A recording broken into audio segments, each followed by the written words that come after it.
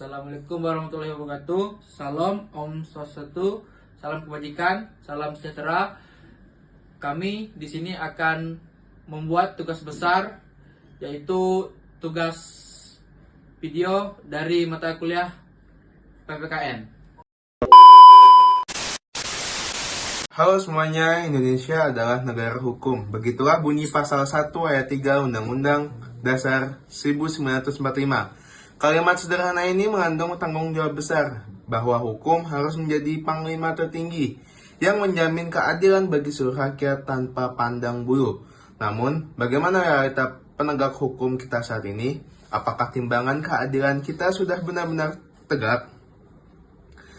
Dalam beberapa tahun terakhir, penegakan hukum di Indonesia menghadapi tantangan yang kompleks. Kita sering mendengar istilah tajam ke bawah, tumpul ke atas. Istilah ini muncul dari keresahan masyarakat kita yang melihat kasus-kasus kecil rakyat jelata diproses dengan sangat cepat. Sementara kasus besar yang melibatkan kekuasaan atau modal besar seringkali terasa lamban atau penuh kompromi. Ada 3 pilar utama yang menentukan keberhasilan penegakan hukum kita. 1. Struktur hukum, yaitu aparat penegak hukumnya, mulai dari kepolisian, kejaksaan, hingga hakim. 2. Substansi hukum, yaitu isi dari undang-undang itu sendiri. 3. Budaya hukum, yaitu kesadaran dan keputusan kita sebagai masyarakat. Namun, kita tidak boleh hanya melihat sisi gelapnya. Pemerintah dan lembaga terkait terus melakukan reformasi birokrasi, digitalisasi sistem hukum melalui e-court atau transparansi perkara mulai diterapkan untuk memperkecil ruang pungutan liar dan mafia peradilan. Penanganan kasus-kasus besar belakangan ini juga menunjukkan bahwa tidak ada yang benar-benar kebal hukum jika integritas aparat dijaga dengan kuat. Penegakan hukum yang ideal bukan hanya tugas polisi, jaksa, atau hakim. Ini adalah tugas kolektif. Kita sebagai masyarakat memiliki peran penting dalam mengawasi jalannya keadilan. Hukum tidak akan tegak di ruang hampa. Ia butuh keberanian dan melaporkan kebenaran dan kejujuran untuk mengakui kesalahan. Keadilan mungkin belum sempurna, tapi perjuangan untuk menegakkannya tidak boleh berhenti, karena pada akhirnya hukum ada bukan untuk menindas, melainkan untuk melindungi martabat setiap manusia. Baik, di sini saya akan membahas tentang RUU KUHP yang sedang terjadi di Indonesia. KUHP yang lama merupakan warisan kolonial Belanda yang sudah tidak sepenuhnya sesuai dengan nilai Pancasila, budaya, dan norma masyarakat Indonesia. Perkembangan HAM dan demokrasi, dinamika sosial modern. Oleh karena itu, pemerintah dan DPR menyusun RUU KUHP nasional sebagai upaya pembaruan hukum pidana. Yang kedua, tujuan penyusunan RUU KUHP. Beberapa tujuan utama RUU KUHP yaitu dekolonisasi hukum, menghapus warisan hukum kolonial, penyesuaian dengan nilai Pancasila, modernisasi hukum pidana, dan menegaskan kedaulatan hukum nasional, menyeimbangkan ketertiban umum dan HAM. Yang ketiga, ada isu-isu kontroversial dari RUU KUHP yang menuai pro dan kontra. Di sini ada pasal penghinaan presiden dan wakil presiden, mengatur sanksi bagi orang yang menghina presiden atau wakil presiden.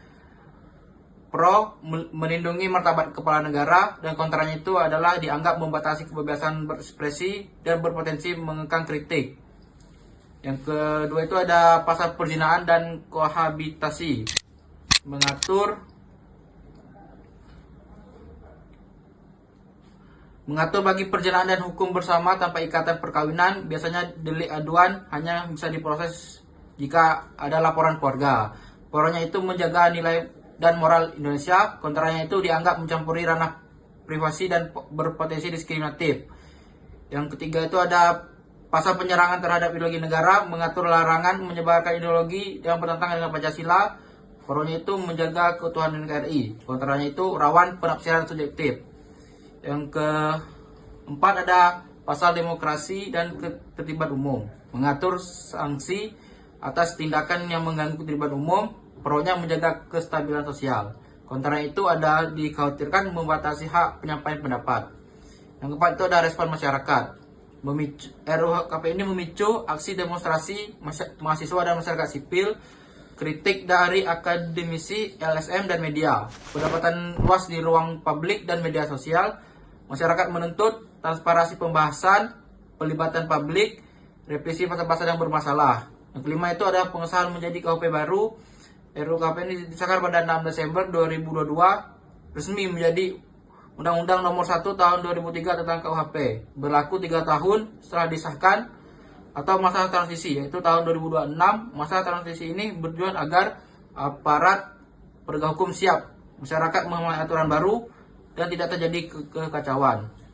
Baiklah, kesimpulannya di sini adalah RUU KUHP merupakan langkah penting dalam pembaruan hukum pidana Indonesia, namun mengandung pasal-pasal yang sensitif dan kontroversial. Perlu pengawasan ketat dalam penerapannya. Harus dijalankan secara adil, proporsional, dan menghormati HAM.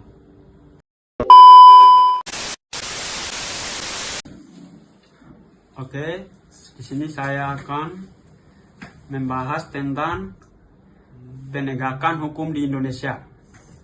Penegakan hukum merupakan salah satu pilar utama dalam kehidupan berbangsa dan bernegara. Di Indonesia, penegakan hukum bertujuan untuk menciptakan ketertiban, keadilan, serta kepastian hukum bagi seluruh warga negara tanpa terkecuali. Hukum tidak hanya berfungsi sebagai aturan tertulis, tetapi juga sebagai alat untuk melindungi hak asasi manusia dan menjaga stabilitas sosial. Indonesia sebagai negara hukum sebagai ditegaskan dalam pasal 1 ayat 3 Undang-Undang Dasar Negara Republik Indonesia tahun 1945, menempatkan hukum sebagai dasar dalam setiap penyelenggaraan kehidupan bernegara. Oleh karena itu, seluruh warga negara termasuk pejabat dan aparat pemerintah wajib tunduk dan patuh terhadap hukum yang berlaku. Dalam praktiknya, penegakan hukum di Indonesia melibatkan berbagai lembaga seperti kepolisian, kejaksaan, pengadilan, dan lembaga pemasyarakatan. Kepolisian bertugas menjaga keamanan dan ketertiban masyarakat serta melakukan penyelidikan dan penyidikan. Kejaksaan berperan dalam penuntutan perkara, sementara pengadilan menjadi lembaga yang memutuskan perkara secara adil dan objektif. Lembaga pemasyarakatan berfungsi membina narapidana agar dapat kembali ke masyarakat sebagai pribadi yang lebih baik. Namun demikian, penegakan hukum di Indonesia masih menghadapi berbagai tantangan. Masalah seperti praktik korupsi, lemahnya integritas aparat, serta ketimpangan dalam penerapan hukum sering kali menurunkan kepercayaan masyarakat. Tidak jarang hukum dianggap tajam ke bawah tetapi tumpul ke atas sehingga menimbulkan rasa ketidakadilan. Oleh karena itu diperlukan komitmen yang kuat dari seluruh pihak untuk memperbaiki sistem penegakan hukum. Aparat penegak hukum harus menjunjung tinggi profesionalisme, kejujuran, dan transparansi. Selain itu, partisipasi masyarakat juga sangat penting dalam mengawasi jalannya penegakan hukum dan melaporkan setiap pelanggaran yang terjadi. Sebagai penutup, penegakan hukum yang adil dan tegas merupakan kunci terwujudnya keadilan sosial dan kesejahteraan bangsa dengan penegakan hukum yang konsisten dan Hukum panglima atau alat kekuasaan di Indonesia ini adalah negara hukum. Kalimat itu tertuang jelas dalam konstitusi kita. Namun sejauh mana hukum ini itu benar-benar tegak untuk semua orang, seringkali kita mendengar seluruh pahit di masyarakat. Hukum di Indonesia itu tajam ke bawah, tapi tumpul ke atas.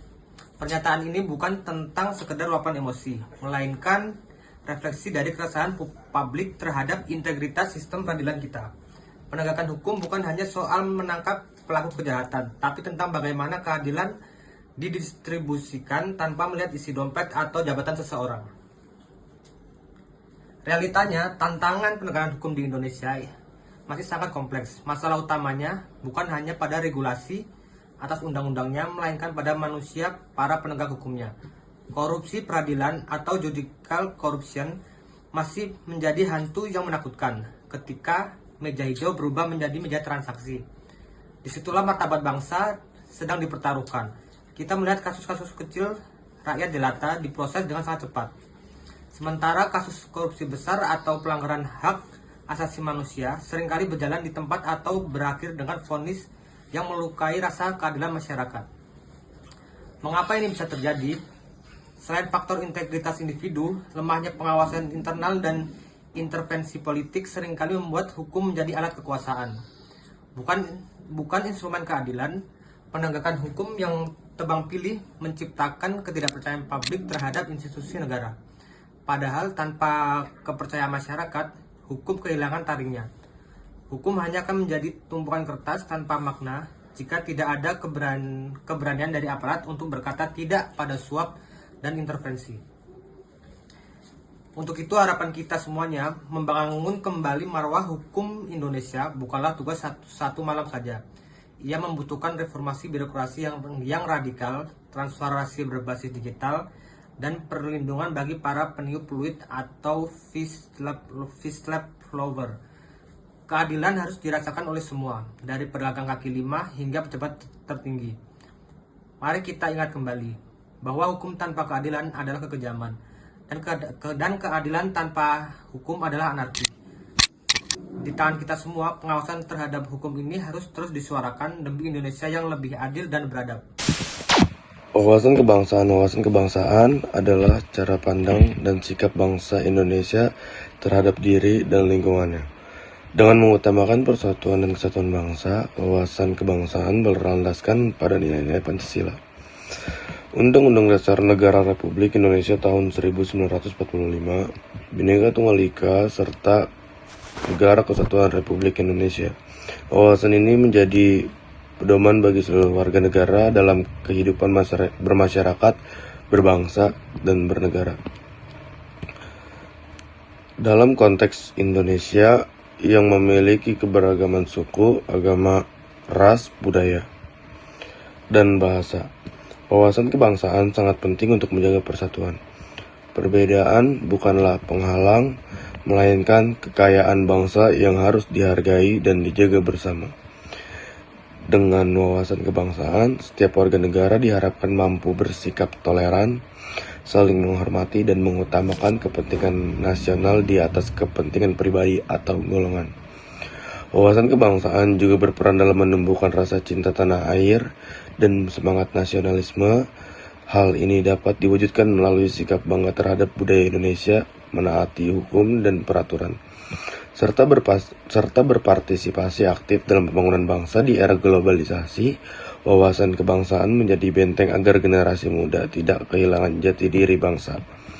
Dengan demikian, wawasan kebangsaan merupakan fondasi penting dalam menjaga keutuhan dan kedaulatan negara. Melalui penerapan wawasan kebangsaan dalam kehidupan sehari-hari, diharapkan masyarakat Indonesia dalam hidup rukun, damai, dan bersama-sama mewujudkan cita-cita nasional sebagaimana tercantum dalam pembukaan Undang-Undang Dasar 1945.